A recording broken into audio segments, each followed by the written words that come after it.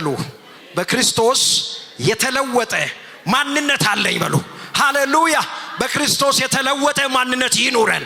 በክርስቶስ የተለወጠ በጌታ የተለወጠ ለሌሎች የሚያበራ ሕይወት ይኑረን።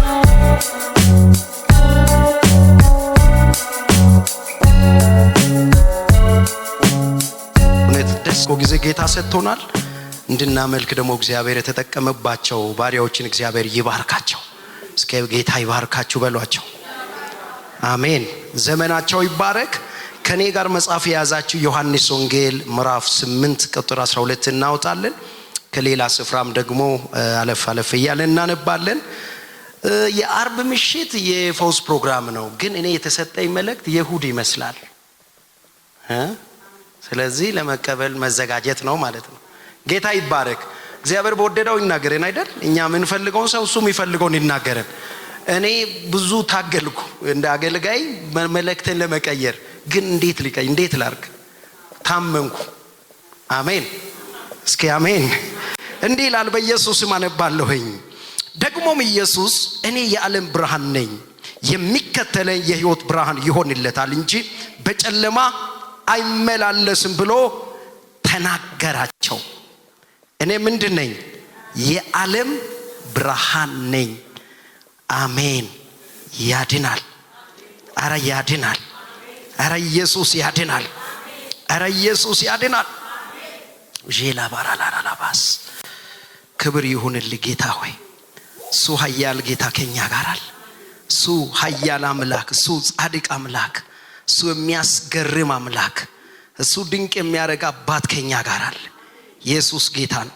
ማቴዎስ 5 ደግሞ ከ14 ጀምሮ እንዲህ ይላል፣ እናንተ የዓለም ብርሃን ናችሁ።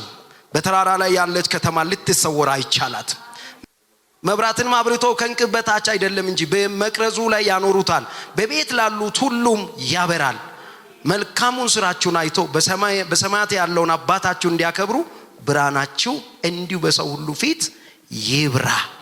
ሌሎቹን አብረን በኋላ ያነበበን ቀጥላል። እጆቻችሁን ዘርጉ። በክርስቶስ የተለወጠ ማንነት። አሜን። በክርስቶስ ምን የሆነ? እስኪ በሉ ለእኔ በሉ በክርስቶስ የተለወጠ ማንነት አለኝ በሉ። ሃሌሉያ። በክርስቶስ የተለወጠ ማንነት ይኑረን።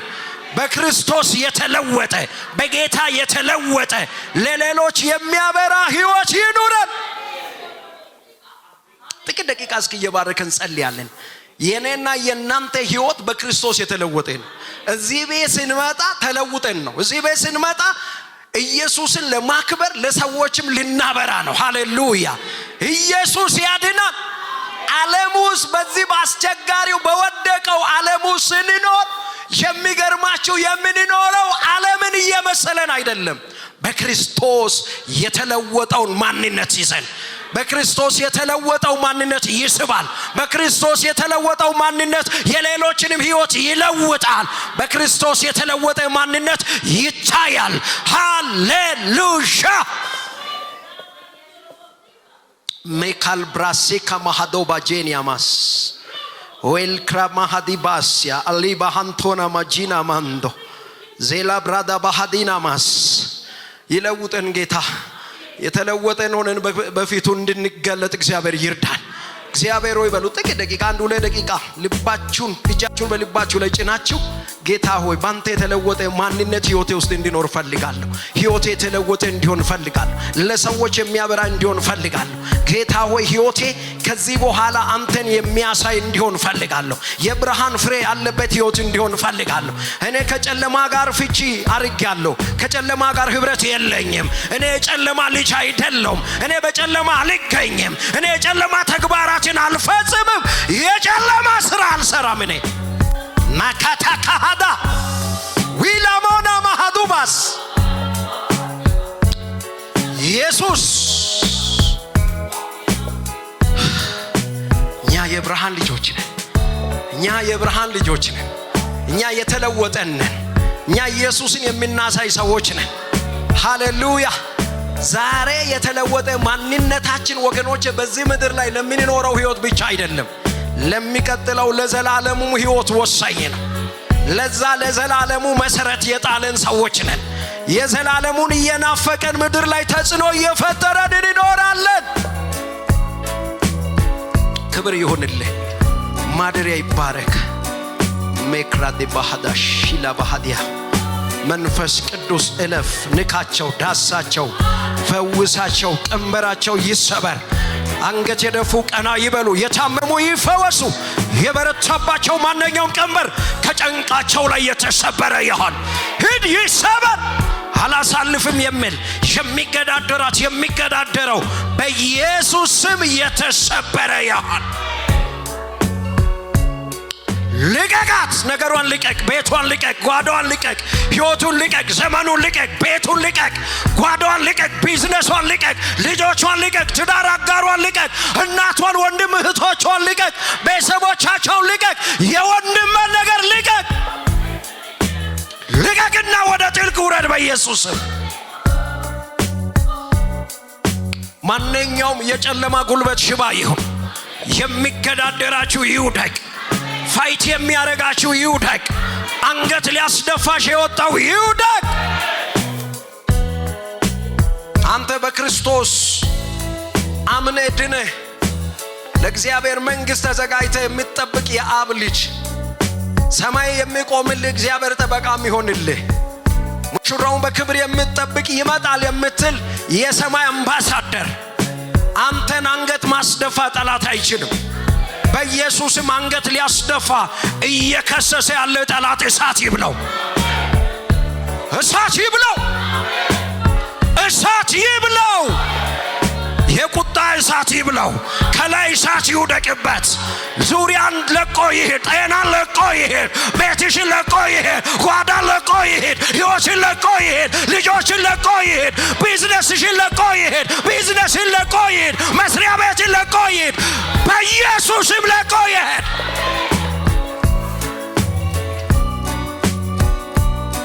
እግዚአብሔር ስላንተ ይዋጋል። እግዚአብሔር አያሳፍርህም። እግዚአብሔር ካንቺ ጋር አለ። እየመጣ እየከሰሰ አንገት ሊያስደፋሽ የሚፈልግ በኢየሱስ ደም የተቀጣ ይሆን። ምክሩ የፈረሰ ይሆን። ዓላማው የፈረሰ ይሆን። እኔ ሰው በእጅ የሆነ ነገር በእጁ እንደሚጨብጥ እኔ ሕያው እግዚአብሔር የእናንተ ነገር በእኔ ቁጥጥር ስር ነው ይለኛል። ዛሬ እንዲጨብጦት ነው ማየው ይዞት ዴሎኮ ሆዶባስ በጥልቅ ቁጥጥር ውስጥ አይደለም ይለኛል ጌታ። በአመፃ ቁጥጥር ስር አይደለም ይለኛል። በጠላት ቁጥጥር ስር አይደለም ይለኛል። በእኔ እጅ ላይ ገብቷል አለ። ልጆችሽ በእጄ ናቸው ይላል። ቤቲ ነገሬ በእጄ ነው ይላል። እኔ ተቆጣጥሬዋለሁ ይላል። ዛሬ ጂሰስ ካላባሃዶባ ማልቤና ማሃዱባ ጃንያ ማንዶ ኢየሱስ ነገሪ በእጁ ነው። እህቴ ነገርሽ በእጁ ነው። ጠላት የውሸት ሊያስለቅስሽ ይሞክራል። አታልቅሺ። ኢየሱስ ዛሬ እንዲህ ይልሻል፣ በእጄ ይዤዋለሁ ይላል። በእኔ እጅ ውስጥ ነው ነገሪ ይላል። ዛሬ ልጄ መዝገብሽ በእጄ ነው ይላል። ዛሬ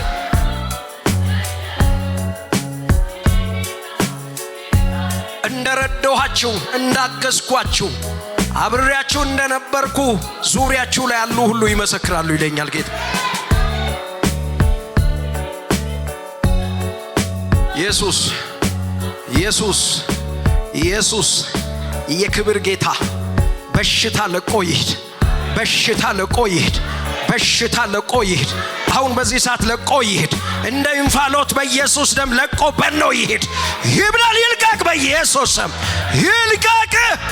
የልብ ድካም ለቆ ይሄድ። የጨጓራ በሽታ ለቆ ይሄድ።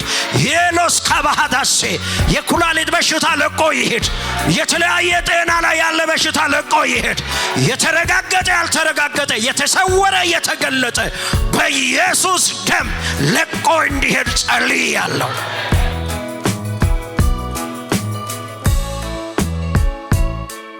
ደስታችሁ አይቋረጥም ይለኛል መንፈስ ቅዱስ።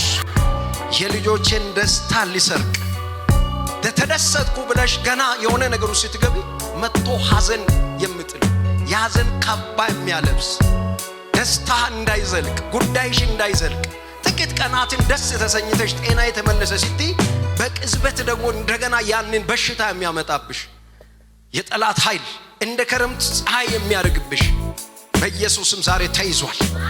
እግዚአብሔር ምስክር ተመቷል። እግዚአብሔር የልጆቼ ደስታ ሙሉ ይሆናል ይለኝ፣ ደስታቸው ይቀጥላል ይለኛል። ለዘላለም ስም ይባረክ። ሁሉም ነገር እንደ በጎ ፈቃድ ይሁን። ክፉ ይቀጣ፣ አውሬ ይመታ፣ የጨለማ ጉልበት በኢየሱስ ደም ይሰበር። ያገለገሉ ሁሉ የተባረኩ ይሆኑ። ቼክ አርጉ። ራሳችሁን በሚያማችሁ ስፍራ ላይ እጆቻችሁን አሳርፉና ቼክ አርጉ። ያንን የሚያማችሁን ነገር በጌታዬ በኢየሱስ ደም ጸልያለሁ። መጽሐፍ ሲናገር በመገረፉ ቁስል ተፈወሳችሁ ይላል። ኢየሱስ ደሙን አፍስሶ ደግሞ መስቀል ላይ ተፈጸመ ብሏል። ዛሬ ፈውሳችሁ ይፈጸም። ፈውሳችሁ አሁን በኢየሱስ ደም በመገረፉ ቁስል ተፈውሳችሁ ነፃ ወጣው። መጽሐፍ እንደሚለው ፈውሷን በሰውነቷ አወቀች ይላል። የሚታወቅ ፈውስ ይሰማችሁ። ታንጀብል የሆነ የሚታወቅ ለቆኝ ሄዷል የምትይበት ያ ፈውስ ላይሽ ላይ እንዲወርድ ጸልያለሁ። ፈውሳችሁ ሙሉ ይሁን። የጨለማ ጉልበት ይሰበር። ስሜ ይክበር። ስለ ዳሰስከን ተመስገን። ቃልህን እንድንሰማ ደግሞ ጸጋ አብዛልን። መንፈስ ይርዳን። ያገለገሉ ሁሉ ይባረኩ። ቺ አጥቢያ ከቀን ወደ ቀን ትጨምር። በመገኘት ያስደንቃት። ጥልሃት አትሄድ። ያላንተ ምንም ናቸው። ያላንተ አንተ ከሌለ ይሄ ቤት ትርጉም የለው። አንተ ከሌለ ይሄ ግቢ ትርጉም የለው። የብዙዎችን እግር ወደዚህ ግቢ እንዲቸኩል የሚያደርገው ያንተ መኖር ነው። አንተ ከሌለ ሰው አይመጣም። ጌታ ሆይ አንተ ከሌለ ሰው አይመጣም። ያንተ መገኘት አሁንም ይጨምር። ሁሉ ጊዜ ከነርሱ ጋር ሆን። አቤኔዘር ይሁንላቸው። እርዳታ ከአርያ በዚህ ቤት ላይ ይለቀቅ። ጌታ ረዳን ይበሉ። መሪዎች ጌታ ረዳን ይበሉ። አገልጋዮች ጌታ ረዳን ይበሉ። ሕዝብ ጌታ ረዳን ይበሉ። ወንዶች፣ ሴቶች፣ ትልቁ ትንሹ ሁሉ እግዚአብሔር ረዳን ይበሉ። የሚመሰከር የሚነገር ድል ስጣቸው። ስለሰማን ክብር፣ እልልታ፣ ጭብጨባ። ክብር ለእግዚአብሔር፣ ክብር ለኢየሱስ ይሁን። በክርስቶስ የተለወጠ ማንነት ክብር ለጌታ ይሁን። በማን የተለወጠ? አሜን። በሱ የተለወጠ፣ በሱ እውነት የተለወጠ፣ እሱን ስንቀበል የተለወጠ፣ በቃሉ የተለወጠ ማንነት። በተለይ ዮሐንስ ላይ መነሻ ያደረኩበት ምክንያት ስላለ ነው። ጌታ ኢየሱስ ሲናገር እኔ የዓለም ብርሃን ነኝ ካለ በኋላ የሚከተለኝ አለ። የሚከተለኝ ምን ይሆናል አለ? የሕይወት ብርሃን ይሆንለታል እንጂ በጨለማ አይመላለስም ብሎ ተናገረ። በእኔ አሜን። እኔ የዓለም ብርሃን ነኝ አለ። ባይዘወይ መጽሐፍ ቅዱስ ላይ ይሄ እኔ ብሎ ኢየሱስ ብዙ ጊዜ ተናግሯል። እኔ የሕይወት እንጀራ ነኝ፣ እኔ መልካም እረኛ ነኝ። ዘጸአት ምዕራፍ 3:14 ላይ እኔ ብሎ ለሙሴ ራሱን ሲገልጥ የተናገረበት ያንን ማንነት ያንጸባርቃል። እሱ የሥላሴ አካል መሆኑን እኔ ብሉይ ኪዳንም እኔ ከዚህ በፊት አይ የሚለውን ብዙ ጊዜ ምናልባት ሲናገር ተናግሬ ሊሆን ይችላል። እሱ እኔ እያለ ሁሉ ጊዜ የሚያወራ እና እኔ አለ እዚህ ጋር እኔ ምንድነው ያለ? የዓለም ብርሃን ነኝ። ከኢየሱስ የሚበልጥ ሌላ ብርሃን የለም። ከኢየሱስ የሚበልጥ የምንፈልገው ብርሃን የለም። በእኛ ሕይወት ውስጥ የገባው የተቀበልነው ያመንነው ኢየሱስ ምንድነው? እሱ የዓለም ይሄ ቤት የምን ቤት ነው? ምንድነው ቸርቹ? የወንጌል ብርሃን የበራበት። ወንጌል ደግሞ ማን ነው? ኢየሱስ ነው። ስለዚህ እኔ የሕይወት ብርሃን ነኝ አለ። በዚህ ክፍል ላይ እግዚአብሔርን ቃል በደንብ ስናጠና ጌታ ኢየሱስ ክርስቶስ እኔ ብርሃን ነኝ ካለ በኋላ ተከታዮቹ ደግሞ እሱን ያመኑ በሱ እውነት ውስጥ የሚኖሩ ኢየሱስን የሕይወታቸው ጌታ አድርጎ እላቸው ላይ የሾሙ ሰዎች ሕይወት ውስጥ የሚታይ ለውጥ እንደሚኖር፣ የሚታይ ብርሃን እንደሚሆን፣ እነርሱም በብርሃን ይመላለሳሉ ይላል። ጌታን የተቀበልንበት ያመንበት ሕይወት በብርሃን የመመላለስ የመኖር ሕይወት ነው። እኛ በጨለማ መኖር አንችልም። የጨለማ ስራ መስራት አንችልም። ቼክ አርጉ። ለኔም ነው መስብከው ይሄን ቃል። ምክንያቱም ይሄ መጨረሻ ስለሆነ የራሳችንን ቼክ እያደረግን መሄድ አለብን። አሁን ላይ እንዲሁ አሁን ላይ ውስጤ ላይ እንደዚህ አይነት ድምጾች መልእክቶች እየበዙ ነው። ሰሞኑ በተለይ ተከታታይ ስለ ክርስቶስ ዳግም ምጽአት እያስተማርኩ ነው። ምክንያቱም ጌታ ሊመጣ ነው። ምልክቶቹ እየተፈጸሙ ነው። ጌታ ሲመጣ ደግሞ ምን አይነት ሰው ነው ከጌታ ጋር የሚከብረው ምለው በሱ አምኖ በክርስቶስ ህይወቱ ተለውጦ እንደ ብርሃን ልጅ የሚኖር በክርስቶስ አምኛለሁ እያለ የጨለማ ስራ የሚሰራ ሰው እኔ እንጃ ከባድ ነው። አልደመድሞም ግን ለእናንተ ትቼዋለሁ። ምንድነው እያለ ያለው? በጨለማ አይመላለስም። በጨለማ መመላለስ አይችልም። ምንድነው ብርሃን እያለ ኢየሱስ ይህ ቦታ ላይ በእኔ የሚኖር በብርሃን ይመላለሳል እያለ የሚለውን የእግዚአብሔርን ቃል ስናጠና አንደኛ በንጽህና ብርሃን የሚለው ቃል ስለ ንጽህና ያወራል፣ ስለ ቅድስና ያወራል። ስለ ንጽህና ስለ ቅድስና በእውነት ስለመኖር በእርሱ ክብሩ ስለመኖር እኛ በንጽህና እንድንኖር ተጠርተናል። ክርስትና ባይዘው በንጽህና የመኖር ህይወት ነው። የትም ፍጪ ዱቄት አምጪ አይደለም ክርስትና። የት ነው የተፈጨውም ይጠይቃል። የት ነው? ምክንያቱም እኛ እንዲሁ አባል ለመሙላት የምንመኝ አይደለንም። በንጽህና በክርስቶስ አምኖ ላይፋቸው የተለወጡ ጥቂት ሰዎች ዓለምን እንደሚለውጡ አምነን በጥቂቶችም እግዚአብሔር እንደሚሰራ አምነን ምን ተጋነ። አሁን ቁጥራችን 30 ሚሊዮን ደርሷል የተባለ ሰሞኑ ሰው ይፎክራል። እውነት 30 ሚሊዮኑ ጌታን የሚያሳይ ህይወት አለው? በብርሃን የሚመላለስ የብርሃን ልጅ ነው?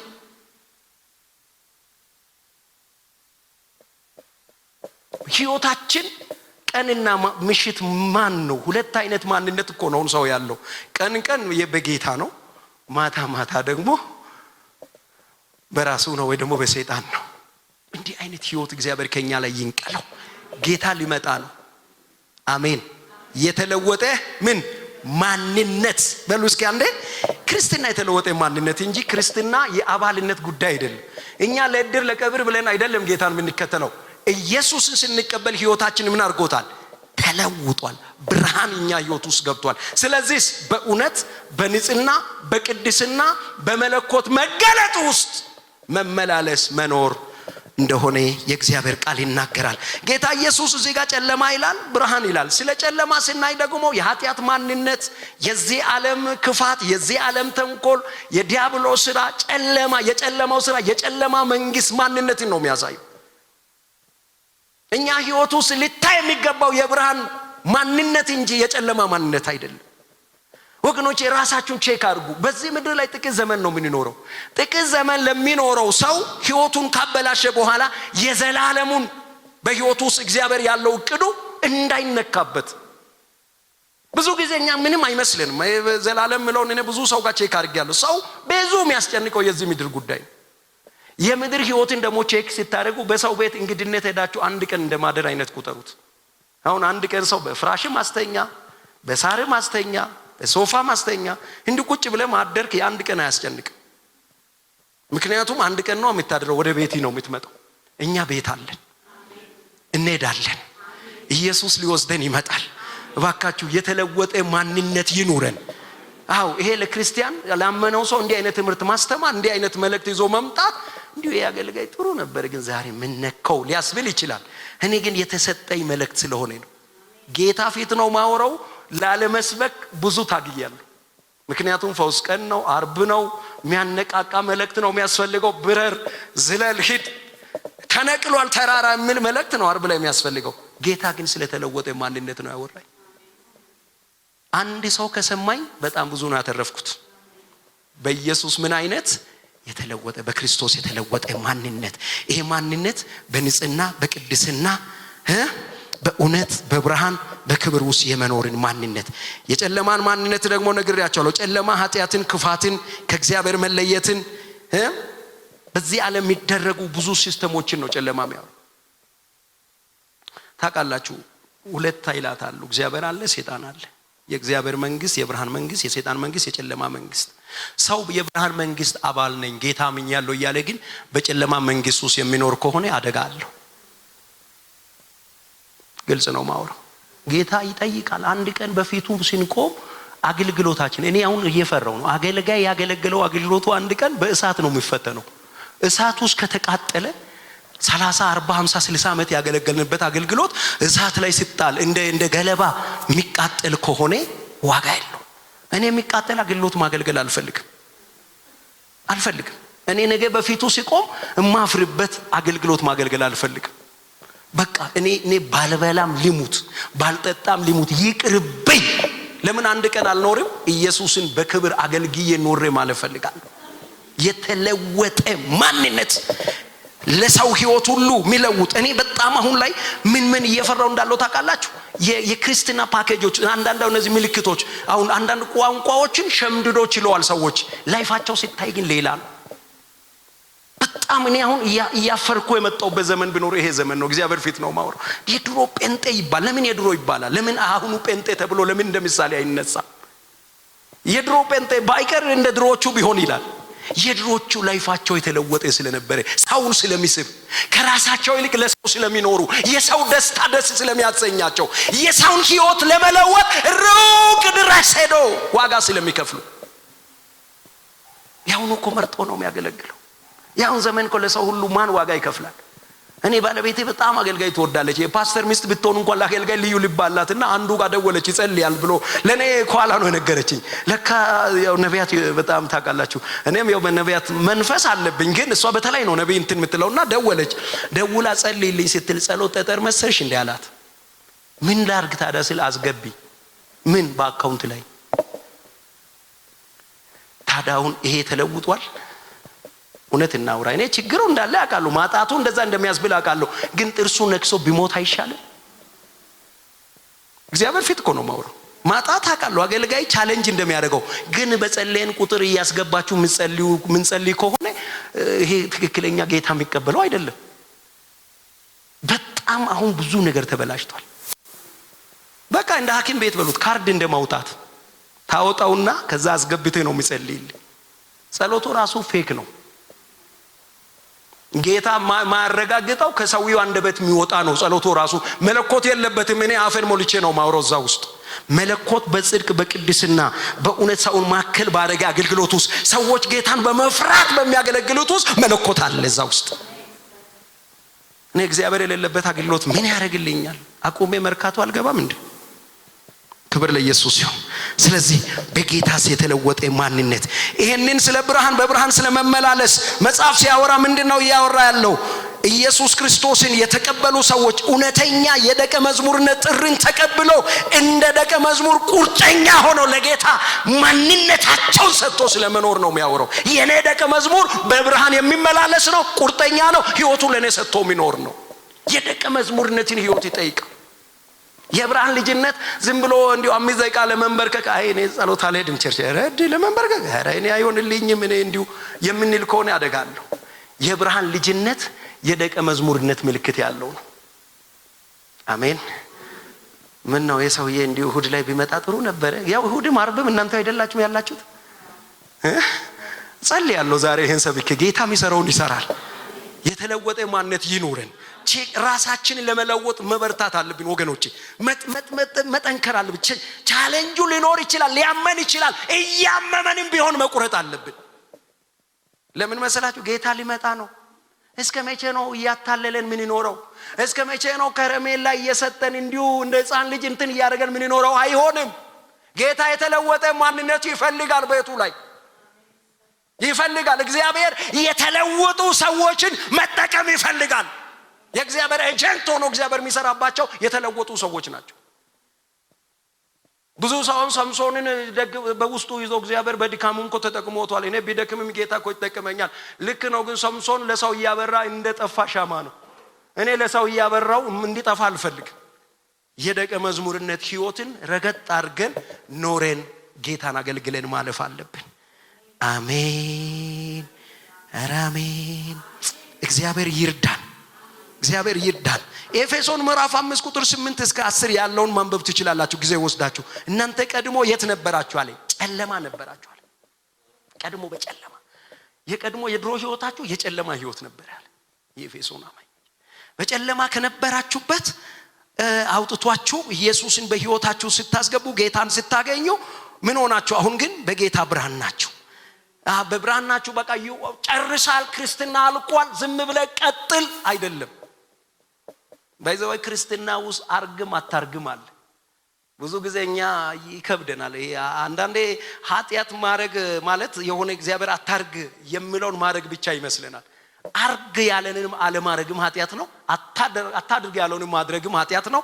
ስለዚህ እንደ ብርሃን ልጅ ከጨለማ እንደወጣ ሰው ምን ይኖርበት የብርሃን ህይወት አለ። የብርሃን ህይወት ምንድናቸው? ትንሽ ነገር በኋላ ላይ መጨረሻ አካባቢ ላይ አወራለሁ። እንደዚህ ይላል፣ እንደ ብርሃን ልጆች ምን በሉ ተመላለሱ ይላል። እንደ ብርሃን ልጆች። ይሄ የእግዚአብሔር ቃል ነው፣ የኤልያስ ጳውሎስ ቃል አይደለም። እኔ የኔ ቃል ቢሆን ጌታ ያውቃል እናንተን በጣም ደስ የሚያሳይ ነገር ነበር ማውራው። ማለት በቃ እናንተ የምትገርሙ ናችሁ፣ ፊታችሁ ራሱ ሻይን ያደርጋል፣ ስታምሩ ደግሞ ከዚህ በኋላ የተኛውም ኃይል አያስቆምም እያልኩ ነበር ማውራው። ጌታ ግን የሰጠኝ ይሄ ነው። ከዛ በኋላ እንደ ብርሃን ልጆች ተመላለሱ ካለ በኋላ ምን ይላል? የብርሃን ፍሬ። የብርሃን ፍሬ የሚለው የመንፈስ ፍሬ ይላል። የብርሃን ፍሬ በህይወታችሁ መታየት አለበት። ብርሃን ራሱ ፍሬ አለ። የብርሃን ልጅ ነኝ የሚል ሰው በብርሃን ይመላለሳል። በብርሃን የሚመላለሰው ህይወቱ ላይ የብርሃን ፍሬ አለ። የብርሃን ፍሬ ደግሞ ምንድነው? እናንተ ማየት ትችላላችሁ፣ ማንበብ ትችላላችሁ። በበጎነት በጽድቅና በእውነት ሁሉ ነውና ይልና ለጌታም የሚስማማውን ለጌታም ደስ የሚያሰኘውን ፈልጉ ይላል። የብርሃን ልጅ የብርሃን ፍሬ የመንፈስ ፍሬ በህይወቱ ላይ ያለበት የብርሃን ልጅ ጌታን ደስ የሚያሰኝ ነገር ነው የሚፈልገው በህይወቱ እንጂ ራሱን ለማስደሰት አይጥር። ባሪያ ለጌታው ደስታ ነው የሚኖረው። እኛ ደግሞ የሱ ባሪያዎች ልጆች ለሱ ደስታ ነው የምንኖረው። ጌታን ደስ የሚያሰኘው ነገር ጌታ ደስ ይለው ዘንድ እያለን እስኪ እንዲሁ ደስ እንድለኝ ማለትን ትተን ጌታን ደስ እንድለው እያለን እስኪ መኖር እንጀምር። በዚህ ሰዓት የልቡን ሐሳብ እየፈጸመን እንወጣለን እንገባለን። እግዚአብሔር የብርሃን ልጆች ናችሁ ብሎ በኢየሱስ አምነን ተለውጠን ቤቱ ላይ ከተገኘን ይህንን የእግዚአብሔር ቃል እውነት የመቀበል ግዴታ አለብን። እነዚህን ጥቅሶችን አንብቡና ቤታችሁ ላይ አጥሩ። ዮሐንስ ወንጌል ምዕራፍ 8 ቁጥር 12፣ ኤፌሶን ምዕራፍ 5 ቁጥር 8 እስከ 10፣ ማቴዎስ ወንጌል ምዕራፍ 5 ቁጥር 14 እስከ 16፣ አንደኛ ዮሐንስ መልእክት ምዕራፍ 1 ቁጥር 5 እስከ 7። እነዚህን ጥቅሶችን በደንብ አድርጋችሁ ቤት ገብታችሁ እናንተ እንድታጠኑ ይሁን። እኔ ባለችን አጭር ደቂቃ እውነት ይሄን ሁሉ ተናግሬ አልጨርስም። በጣም ሰፊ ተከታታይ ባስተምሮ 5 6 7 ወር ማስተማር የሚችልበት መልእክት ትምህርት እንደሆነ ያውቃለሁ። ግን እንደ ስብከት አጠር አድርጌ ለማውራት ነው ዛሬ የመጣሁት። እንደዚህ ይላል፣ በኢየሱስም አነባለሁኝ። ከእርሱም የሰማናት ለእናንተም የምናወራላችሁ መልእክት እግዚአብሔር ብርሃን ነው፣ ጨለማም በእርሱ ዘንድ ከቶ የለም የምትል ይህች ናት። ከእርሱ ጋር ህብረት አለን ብለን በጨለማ ብንመላለስ እንዋሸዋለን፣ እውነትን አናደርገውም። ነገር ግን እርሱ በብርሃን እንዳለ በብርሃን ብንመላለስ ለእያንዳንዳችን ህብረት አለ። የልጁም የኢየሱስ ክርስቶስ ደም ከኃጢአት ሁሉ ያነጻል። ኃጢአት የለብንም ብንል ራሳችንን እናስታለን፣ እውነትም በእኛ ውስጥ የለም ያለ ያወራልና የብርሃን እሱ ብርሃን ስለሆነ ለእናንተ የነገርንላችሁ ለእናንተ ያወራንላችሁ ለእናንተ የምንሰብከው መልእክት ይህች ናት። እግዚአብሔር ምንድነው? ብርሃን ነው፣ ጨለማም በእርሱ ዘንድ ከቶ የለም የምትል ይህች ናት ይልና ከእርሱ ጋር ህብረት አለን ብንል በጨለማ ብንመላለስ እንዋሸዋለን ይላል። ከጌታ ጋር ህብረት አለኝ እያለ በጨለማ ብንመላለስ እግዚአብሔር የእያንዳንዳችን ህይወት ያውቃል። እኔ በተለይ የዮሴፍ ህይወት ደስ ነው የሚለኝ። ዮሴፍ በብሉይ ኪዳን የአዲስ ኪዳን ህይወት የኖረ ሰው ነው። ኢንቴግሪቲው በህይወቱ ያለው ይሄ ታማኝነቱ ለጌታ ያለው ሐቀኝነቱ የሚያስገርም ነው። ሴትዮዋ ሰው በሌለበት ስትይዘው ጃኬት እስኪ እንሞክራለን አለም ጃኬቱን እጇ ላይ ጥሎ ነው የሮጠው። ለጌታ ታማኝ።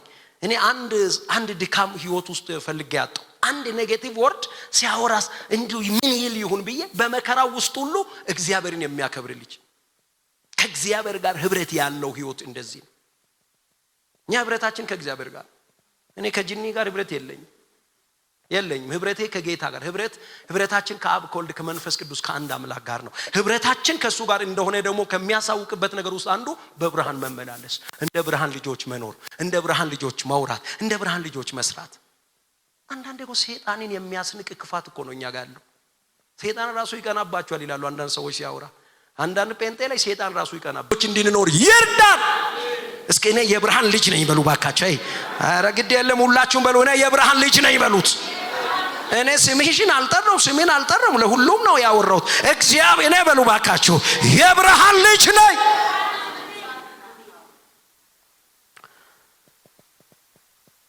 ቀድሞ ጨለማ ነበራችሁ፣ አሁን ግን በጌታ ብርሃን ናችሁ።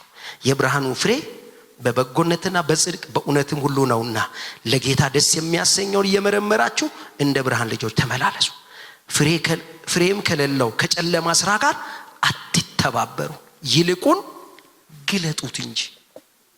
እኛ ልንተባበር ሳይሆን ልንገልጠው ተጠርተናል። አንተባበርም ከጨለማ ስራ ጋር። የምን ልጆች ስለሆነን? የብርሃን ልጆች ነን። ይህ ህይወት በዚህ ምድር ብቻ የሚቀር ለአጥቢያነት መለኪያ የሚያገለግል ብቻ ሳይሆን በጌታ ዘንድ በክብር እሱ ሲገለጥ እሱ ጋር በክብር እንድንኖር የሚያደርግ ነው።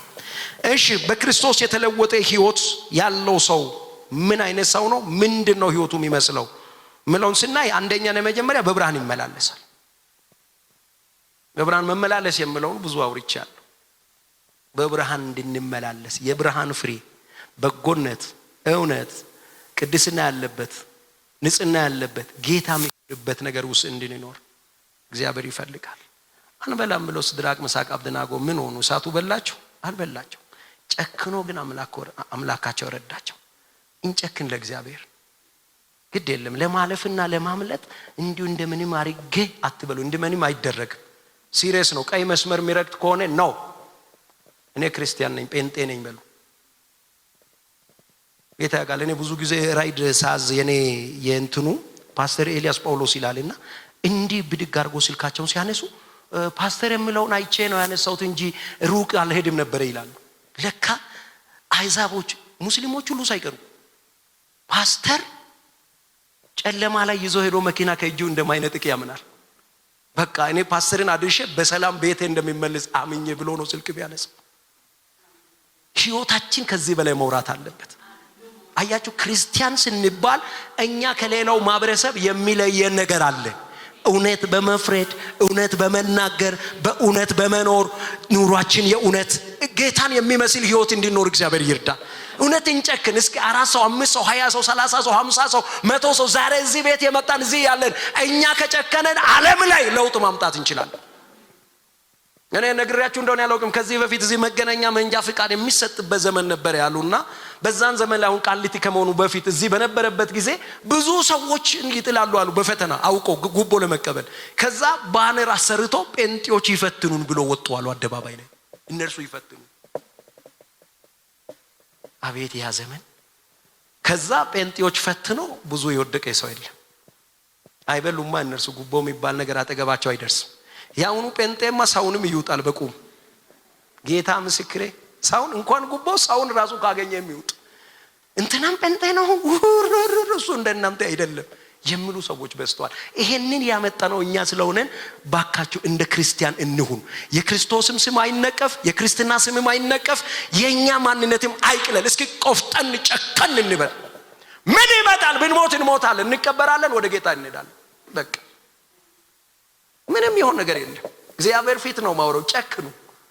ስለዚህ የተለወጠ ህይወት በብርሃን ይመላለሳል። ሁለተኛ የተለወጠ ህይወት የብርሃን ፍሬ በህይወት ውስጥ ይገለጣል።